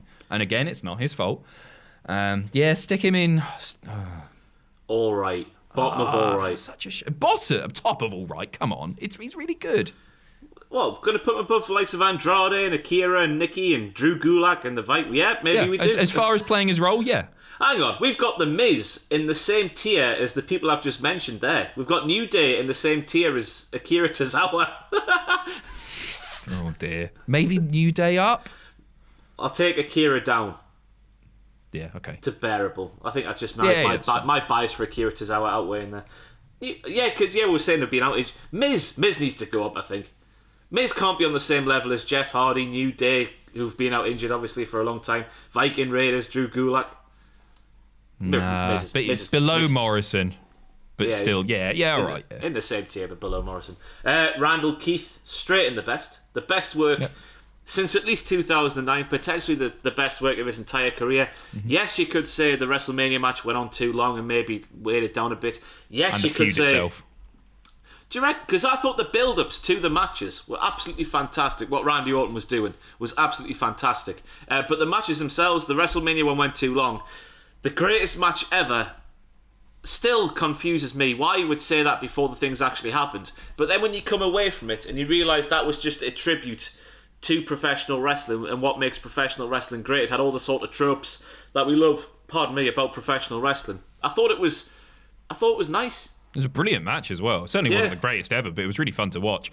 I I was sort of basing this more on the Drew stuff, which I do think went on too long and perhaps should have ended with the ambulance match, because I think that sort of wrapped the story up nicely. Maybe that went on a little bit too long. The Hell in a Cell stuff didn't really need to happen. But you're right. He is doing. It's up there with the work of his career, isn't it? Especially the early stages of the heel run. He was thoroughly detestable. Yeah, he was doing the just stuff evil, sadistic again, and sadistic Orton's the best Orton. Yeah, we had the stuff with Beth Phoenix before WrestleMania where he was giving her RKOs. It's the best work since 2009, at least for me, when he was the proper psychotic, kicking folk in the head and terrorising Triple H's house or whatever it was. Yeah, all good stuff. Yeah, he is the best. He is one of the best of all time when he can be asked. I've just got the wrong way around, haven't I? Triple H terrorised his house, not the other way around. But yeah, we have the stuff with Christian, the other old men where he put the night vision goggles on. I thought that was fantastic. Are you a fan of that? Yeah. It was a bit silly. Murdering old men in the dark with night vision goggles on. Fantastic stuff. Yeah, fair. Yeah, he's been great this year. He is one of the best heels to ever step foot in a wrestling ring, and this year is a great indicator of that. He's been brilliant.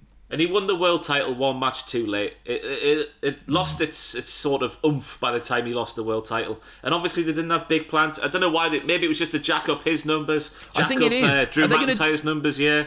Are they going to Cena and Orton, do you think, going to tie, and then it'll be who will break Flair's record? That would be the logical thing to do, yeah. I think that's what they're doing, and I'm up for that. It's getting excited about an Orton-Cena match in 2020 or 2021 by the time it happens is not something that I thought I'd be doing, but I'll be well up for that. Yeah, and obviously the stuff now with The Fiend, it's intriguing, if not a little bit weird, as we're sat here on the 2nd of December 2020. Who knows what might happen over the next couple of weeks. Might be just talking bollocks now. But Ricochet, Adam, man. In my research, I found out that on the February 3rd edition of Monday Night Raw, he defeated Bobby Lashley and Seth Rollins in a triple threat match to earn a WWE Championship match against Brock Lesnar at Super Show. Yeah. Can you remember that? And the match itself was a load of bollocks because it was 2 minutes long and Ricochet didn't out. But Ricochet, once upon a time, was getting a push. He was. He's so easy to book, isn't he? Yes, he is. As far as if WWE have a real problem with attracting younger viewers at the moment, Ricochet's your guy. Maybe Riddle as well, but Ricochet is just smoke the weed, kids. Baffling. Exactly. But no, as far as like cool characters, you'd put those two on there. Their on-screen stuff. It's so easy, and I can't believe how they've managed to flub it again and again. And sure, he's not the best talker. If that's what you're going to say, they make him talk. Pair him with someone. It's so easy. Give him bloody Heyman or something. I don't know. Maybe not with the Reign stuff now, but give him a mouthpiece. MVP would have been the one. Yeah, maybe he should have joined the Hurt Business. Maybe he should. Because he's lost in the shuffle. As far as 2020 for Ricochet goes, it is just about bearable. Maybe his year can get in the bin. No, because he's having great matches still. He's making people look good, like his sells on various stuff. The lumbar check springs to mind. Like he does make people good. And if that's the role that they want to have him perform in, they're foolish, but he's doing well, I guess. Yes, that's the thing, isn't it? Because obviously we spoke about the two Fly crew earlier on with Cedric Alexander. Then he sort of had the feud against the Hurt Business with Apollo and Ali involved as well. But it's dangerously close to the bin 2020 for Ricochet. It's weird to see because obviously maybe that's it. Maybe it's the fact that in WWE you have to speak to get anywhere, really, don't you? Who we're looking at the tier here. Everyone at the top of the tier can't speak. They're talkers. Yeah, they are. And that's the thing that sets them apart, and Ricochet just can't. And it's what they have him say more than how he says it. Because I remember he was cutting this promo on Raw, and he was using all these corny sort of like, "Oh, you're just chumps," whereas we have the champ, and and it's just cringy, awful stuff that belongs in the 80s and wouldn't have worked then anyway. To be fair, but I feel like maybe I'm going to be accused of being a hypocrite here because I said earlier that wrestling's not enough, but Ricochet is more than just a really, really good wrestler. He's got an incredibly unique style of wrestling that sets him apart from everybody else. So it's not just about the wrestling. And he actually has quite a silent charisma about him. When he's not talking, you're drawn to watching him. I can't believe how much they've managed to mess him up. Yep, I think he's on main event mostly these days. He's doing little bits on Monday Night Raw, but main event mostly. Then we move on to Riddick Moss, who I'm sure holds a great, lovely place in your heart because he started off this year as Mojo Rawley's offensive lineman before he turned on Mojo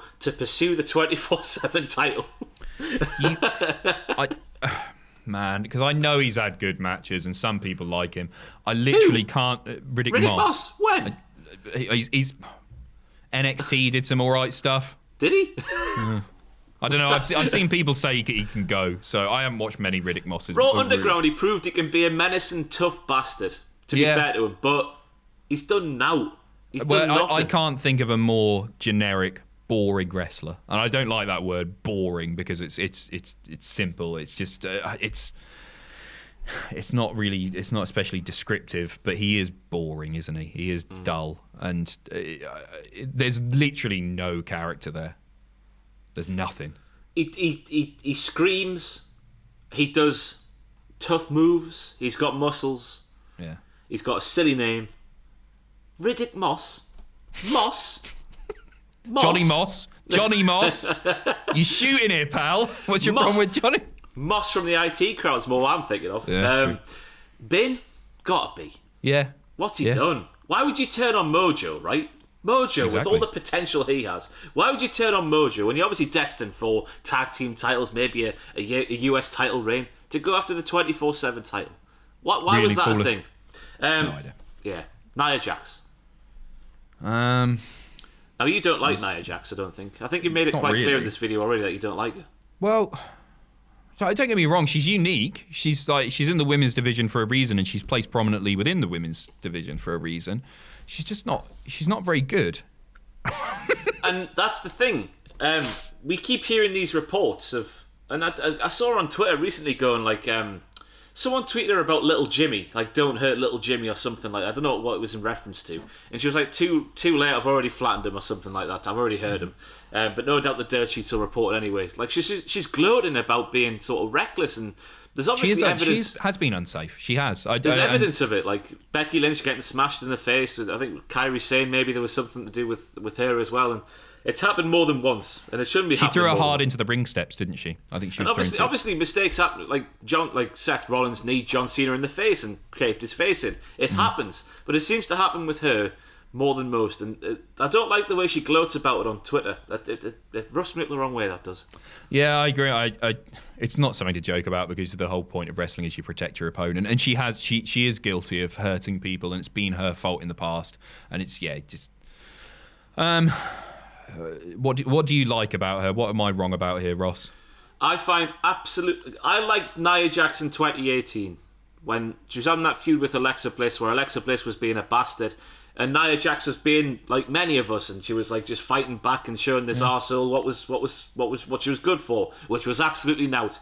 But here in the year 2020, after the year she's had, the highlights I found this year was she returned the night after WrestleMania and defeated Deonna Purrazzo in a squash match. Once again, I forgot that happened. We had a feud with Asuka where she challenged for the Raw Women's title, which ended in a double count out. I think that was a Backlash. She got a rematch the next night, but then she pushed a referee over and she got disqualified. She got disqualified and then suspended. And then she came back from the suspension to feud with Banks and Bayley for a little bit. And then her and Shayna won the titles from Banks and Bayley. And that's where we find ourselves today. They're bullying Lana. And in terms of what she does in the ring, it's not appealing. In terms of what she does in the microphone, I think it's really basic. I think it's really stereotypical sassy heel lady in WWE, which we see everybody do. There's not much of an upside to Nia Jax these days. So I'm not wrong, am I? She's not good. She's bad. She's not very good. We can put her in the bin. Go on then. Yeah, Why not? Why not? Let's pile on her. Let's pile on her like the rest comments. Of the... Then we have Riddle. Who? I thought you were doing Mandy there. No, do you not watch WTF moments, Adam? I'm shocked and appalled to hear that. We have Riddle, who had his first name taken away, but still has the M on all of his clothing. So I've been saying, what could that M possibly stand for? It can't be Matt. Who would have a first name and just have it taken away for no reason whatsoever? So I've been putting it out there in the universe to great acclaim, by the way. It's taken off like wildfire, this Adam, that he's been stealing from the Danone adverts on the television for the yogurts. I haven't seen them. Danone. Riddle. That's what it's for. That's what the M stands for. But that's where your mind went. That's where it goes, Adam. To be in your head for a day, Ross. Yeah. Honestly, I don't understand. Yeah, okay, it's very... Danone are a very successful yogurt company. They do all kinds of yogurts, all the flavours, all your favourite flavours. I'm sure that cherry, Danone I've got some does. cherry ones, yeah. Nice. Actual Danone ones? Yeah, I think so. Whoa, yeah, they are, yeah. Delicious. There you go. Black cherry. Check them out. He steals from the best, does Riddle. But he started off this year with a Royal Rumble appearance that ended after 41 seconds. When he got eliminated by everyone's favourite big baldy bastard, Baron Corbin. Then he went back to NXT, and I completely forgot this happened, and it was great stuff, and I can't believe I forgot this happened. But then again, the amount of stuff I've forgotten that happened this year, I can't believe it. The partnership with Pete Dunne. Oh yeah, of course, yeah. Was that this year? Yeah. The Dusty Classic this year, which of course they won. Then COVID properly happened, lockdown happened, Pete Dunne was stuck in England, Thatcher took his place. Thatcher was the one who sort of lost them the tag team titles, which they won, of Fish and O'Reilly. Then we had the fight pit match with Kurt Angle as the referee. That was fantastic. That was his swan song in NXT. Angle then looked like he was going to be his manager because he announced that, hey, Matt Riddle's coming to SmackDown. But then Kurt Angle got released. And then we had the stuff with Corbin at the start. We had the debut against AJ, the match against AJ, which was good. The name change, Survivor Series, the out of the ring stuff. I don't know if we need to take that into account, do we, Adam? It's I don't know. It's been a topsy-turvy year for Matt. It certainly has. Riddle. Riddle. Yeah, it has. Yeah, topsy-turvy is a good way to describe it. I think it's just been... I'm weirdly enjoying, because I know what they're doing on Raw now. He's just playing every single role from a movie in the year 2001. The stoner that just rambles absolute bollocks, and we find him funny because he does that. But without referencing the weed, marijuana. And I think he's obviously, I was about to say that's quite a natural role for him. Of course it is, but he is doing it well. Yeah, well, that's him. That's it. I know it is him. Yeah, he's playing an exaggerated version of himself for sure, and some of the biggest WWE superstars ever have found great success doing that. And I think Riddle probably will, but it's not been a great 2020 for him. The Corbin stuff hurt him. NXT was good. Yeah, so and that Thatcher match I loved. Yeah, the fight pit match. Really I wish they would do that again. It was such a good aesthetic, a good concept. Beautiful. But yeah, the stuff on SmackDown and now, I guess the stuff on Raw, it's started to pick up again as he's getting a proper character. Because when he was on SmackDown, he was just man without flip-flops. Oh, remember the story of why he doesn't wear flip-flops? Oh, heartwarming stuff. It was what was really it? emotional. He got frostbitten. So he decided not to wear shoes. And apparently that was Vince's idea and he thought it was genius. He's not right in the head. He's not right in the... He's not, is he? If I got frostbitten, I would wear shoes all the pissing time. I don't know about you. So yeah, this is a weird one because the NXT stuff was good. The SmackDown run wasn't good. But the Raw stuff, I guess it's kind of picking up. I don't really care for the nicknames at Survivor Series. I thought that was a bit lame. Fireface, because I couldn't pick Fire Crotch because somebody else has ginger pubes. That's fun. Yeah, that's crap. Stick it in all right then. I'll put it in all right. Bit more all right. Stick it in. R-Truth, gotta be top 2 tiers. He's not the best, is he? Or is it too repetitive, Adam? That's the question. I think that's it. He's really good and he's having fun. His best work right now has been on Raw Talk, where he's just making people corpse all the time. He's so funny and so very clearly liked backstage, and he'll always say one thing every segment that makes me laugh. He's really good, but it is the same old thing again and again. And really, this is more of a comment on how poor the 24/7 division has been, of which he is the focal point, that I would bring him down. I think he's still lovely, because he is a laugh, isn't he? He always does this, you can tell he makes it entertaining when there's nothing really there to make it entertaining, if that makes any sense whatsoever. It is just sitting the 24/7 had so much... I'm going to sneeze here in a second. Elephant. Look at the lights. Elephant, and it's gone. The 24/7 title had so much potential. Yeah. You're thinking the hardcore title, the 24/7 title rules stuff from the Digital hardcore age. division. Get the app on your phone, notification goes off. It's a good way of doing it. They've done little bits. I think it was on ESPN or something like that. It changed hands, and it's good for getting them a little bit of mainstream publicity and all that sort of stuff, but they don't do nearly enough of it. And obviously it's more difficult in COVID times. I totally get that. But it's been that way since the start of the 24/7 title, that it's been this massive wasted opportunity. And it's, very, very silly. But he has been funny. I'm fed up of roll-ups. I don't want to see any more roll-ups.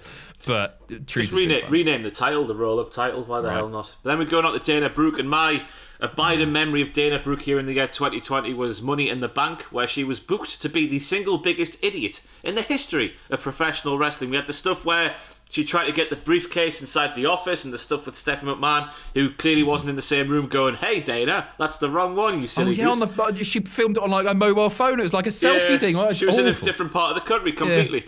And then we had the bit where there was the wet floor sign, and everybody else ran through, but poor old Dana, she slipped and fell because this, that, and the other. Vince. She was supposed to be involved in WrestleMania. Apparently, once again, I can't remember this, but then she got, I think it was because of COVID, she had to pull out as well.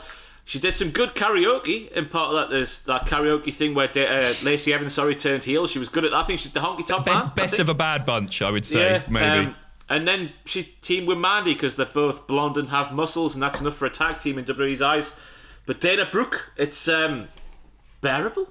Yeah, I think she is just about bearable. And I remember sort of bigging her up a little bit last year because I thought she's got potential. And I thought when they were doing that stuff with Batista, was it? When they were sort of flirting online, I thought, you know what? This could turn into something. I don't expect Dave to rock up on TV or anything, but she was showing a bit of personality for the first time ever, pretty much. And now, again, she's not really showing much personality. And I was wrong. I was very wrong. And she is just about bearable. Yeah, and then, it's just that she's been there like 6 years now. Has it been that long? NXT and main roster, 6 years, something like that. But, Shelton Benjamin participated in the Royal Rumble, got eliminated by Brock Lesnar, who he taught to do the wrestling a long time ago, or something like that. He's the quiet one in the Hurt Business. He's another... That promo that he did with the Brock stuff is really good. Yeah. Really good. He can talk. I just wish he would talk a bit more. I know they've got MVP who is the mouthpiece, but he shouldn't be the quiet one because Shelton can talk. And he's so good in the ring. He's never he doesn't miss a beat, does he? He's still as good as he was pretty much. He's a lot. I tell you what, looking at, because I was watching some 2004 Raw, Shelton Benjamin's put on the beef over the years in a muscle way, not getting fat, obviously. But he's massive compared to what he used to be. Yeah. But a couple of stats about Shelton's year. He's a 3-time 24/7 champion as part of the Hurt Business. Don't remember any of them. And on me neither. And on August the 10th, he won his first match on Monday Night Raw in 14 years. I remember that. Yeah. Good against for him. Apollo Crews. But obviously. It's bearable or all right for me because he's more than bearable. Come on, he has good matches still. I mean, in terms of what he's done this year, that's how we're doing this tier. Yeah, Hurt Business. I mean, he's the quiet one, isn't he? He just stands there. He is the quiet one, but he's still good. Like he's the work rate one, I guess. Him and Cedric. Yeah, I guess.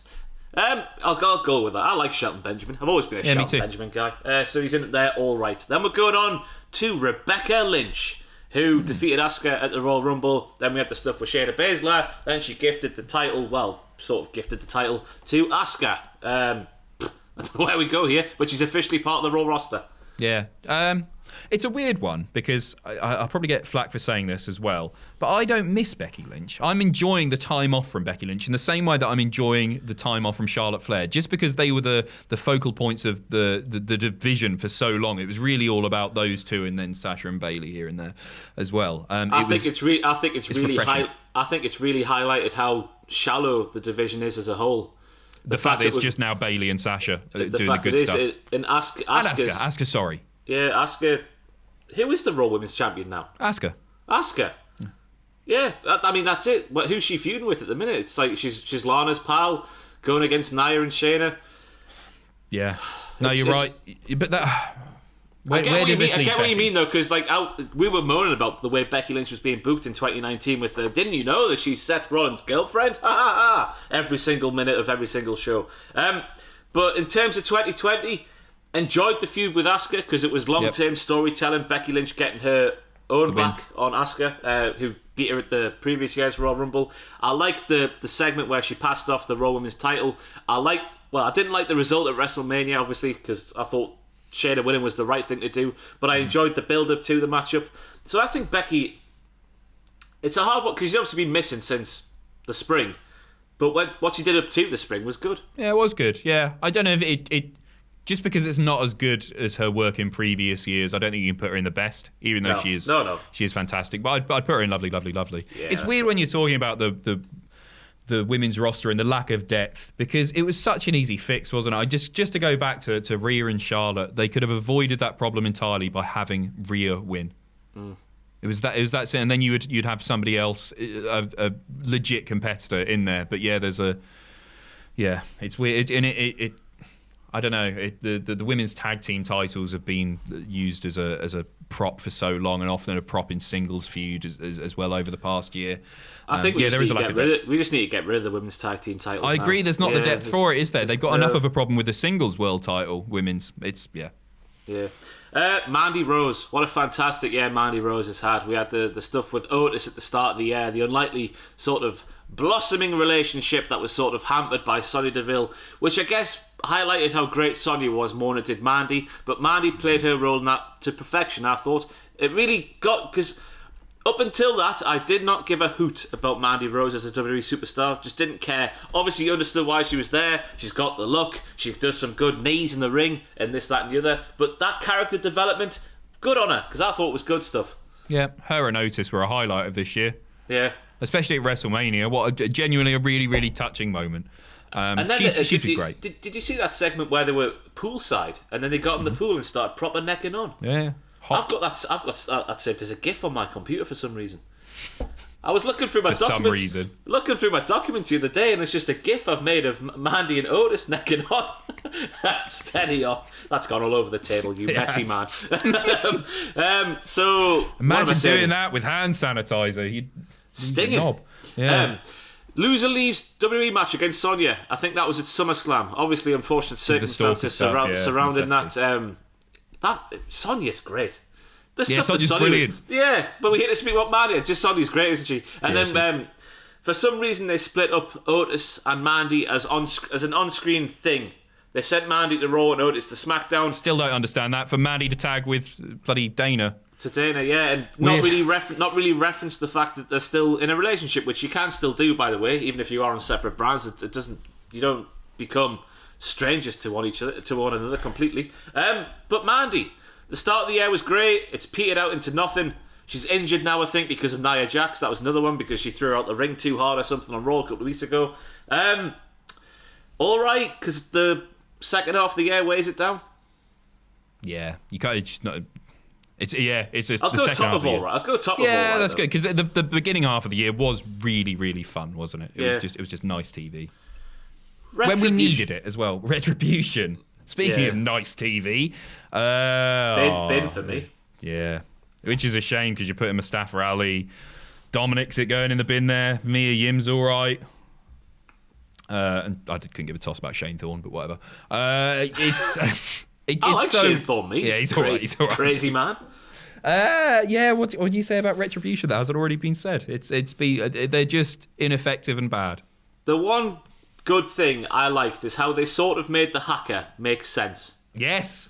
I like the fact that they sort of, because it was obvious they just started doing that and then somebody went backstage, it's not worth it, let's just forget about it. But then people were saying things online, maybe that was influencing them for the first time ever, and they thought, hey, let's make something of this. And Ali being the leader of Retribution, that sort of made sense, I guess, if we're looking at a good thing for Retribution. But that's down to Mustafa Ali. The fact that Mustafa Ali is quite often having to tie these storylines together on his own Twitter account and not even getting the WWE retweet off it is crazy. Why is that stuff not playing out more often on TV? It's just a shame. The masks are silly. The names are silly. Losing. The names are silly. The way they debuted, I liked how they tried to do it as if it was real, but the way they executed it, like they always do with the camera angles they used. I don't know if this is just me nitpicking too much, but that sort of took me right out the moment, thinking this can't be real. Obviously, it's not real, Ross. It's wrestling, but you know what I'm trying to say here. You wanted to suspend your disbelief. That's what I mean. Yeah, but the camera angles they were using and just the repetitive nature of how they would turn up and just sort of lock a man in the bogs who was having a poo. That was the length of their devastation. The Molotov cocktail was great, wasn't it? That was a really cool visual. And then was just, when they firebombed the thing. Really good, really good. Yeah, but apart from that. It's naff. It's naff. And it's a shame. I really feel for Mustache. I hope it doesn't hurt him too much in the long term. Yeah, just let the guy be a babyface and cutting those promos he was doing by himself off his own back. Yeah, terrible. Titus O'Neil, he was officially a member of the Raw roster. He became a meme at WrestleMania doing... Oh, yeah. Was it the Firefly Funhouse? He presented a set, and then he couldn't believe his eyes. What did I just witness? Whatever he said. And he looked devastated. He looked devastated in a couple of Raw Underground matches where he rocked up shirtless, wearing some slacks and just throwing men about. He looked great. And then he had a random match against Bobby Lashley where he tried to join the Hurt Business not too long ago, and that is Titus O'Neil's 2020. And he does lots of great work outside the wrestling ring. I think that's why he's there primarily. Nice bloke, lovely dad, good for PR. Seems wonderful. But as far as his 2020 goes, it's not getting the bin, is it? Yeah, bearable. He's too nice. Yeah, too nice to go. Yeah, he was a meme, and that's the goal for all of us in life, is to become a meme. And then we have Tucker. Go on. And I'm gonna say something here which you might disagree with. I think if a crowd was there for the heel turn at Hell in a Cell, I think Tucker would be more prominent on Raw than he is today. I think not having a crowd there and WWE piping in the reaction they wanted to, that has been hampering Tucker. Because I think if the crowd was there with the organic reaction, because I don't know if this is just me putting my preference and love for Otis above what the general consensus is, I think Otis is really popular. And I think the heel turn on Tucker's part would have caused a riot inside that arena. Maybe not a riot. Would have caused a lot of boos inside that arena. 4 or 5 months ago it would have done. But they messed Otis up so badly that I don't think it would. Yeah, I agree that there would have been boos. But I think the timing was a little bit wrong on that. We all sort of knew that they were breaking up. The split happened at that point. The brand split. Not the brand split, the Superstar shake-up. No, I think they were still on SmackDown. They were on SmackDown. Okay, at the time right. of Hell in a Cell. I think they were. I don't know. He's always just played second fiddle, hasn't he? He was great in the Elimination Chamber match. He really stood out there. But apart from that, he's just they don't know what to do with him because Otis is so unique, so funny, gets all the screen time, and Tucky's just sort of there. And I think he's a good wrestler. He comes in the ring. Elimination Chamber, he was doing things that he shouldn't be doing. The mad bastard. I did like the. He was a bit weird at times in the way he spoke to Otis. I thought Tucker, it's a hard thing to explain, but I just thought he was weird the way he came across. What do you mean? I don't know, just the way that he would speak to his mannerisms, and it's like, it's a hard thing. Go back and watch it. Okay. I can't put it into words. I'm not eloquent enough, but it was just sort of his mannerisms and the way he would. The cadence of his voice was weird to me. If that's a weird thing to say, he just came across as weird. But I did like the sort of the Of Mice and Men sort of like Lenny and sort of whatever the other character's name was. That sort of relationship Otis and Tucker had, where Tucker was more of his carer than a tag team partner. I did like that sort of relationship. Yeah, it was quite cool. But that sort of it did get lost, I guess. But as a singles guy, he is screwed. Well, we already know he's screwed because he's not being used. But like, if you look at Tucker, and I feel horrible saying this, but there's nothing about him, is there? No, not when they put him in horrible gear. I don't know what that was, because you look at the heel turn, the crux of the heel turn. It's like Riddick Moss and Mojo. Sorry, he split up from a really potentially successful tag team who was getting a lot of tag team time, potentially tag team reigns in the future, and he's buggered all that off for a 24/7 title career. Mm-hmm. Yeah, no, that's fair. That's fair. Don't understand it. No, the stuff at the beginning, the interaction that he had with Otis, he's not been split up for that long. It's just about bearable for Tucker, isn't it?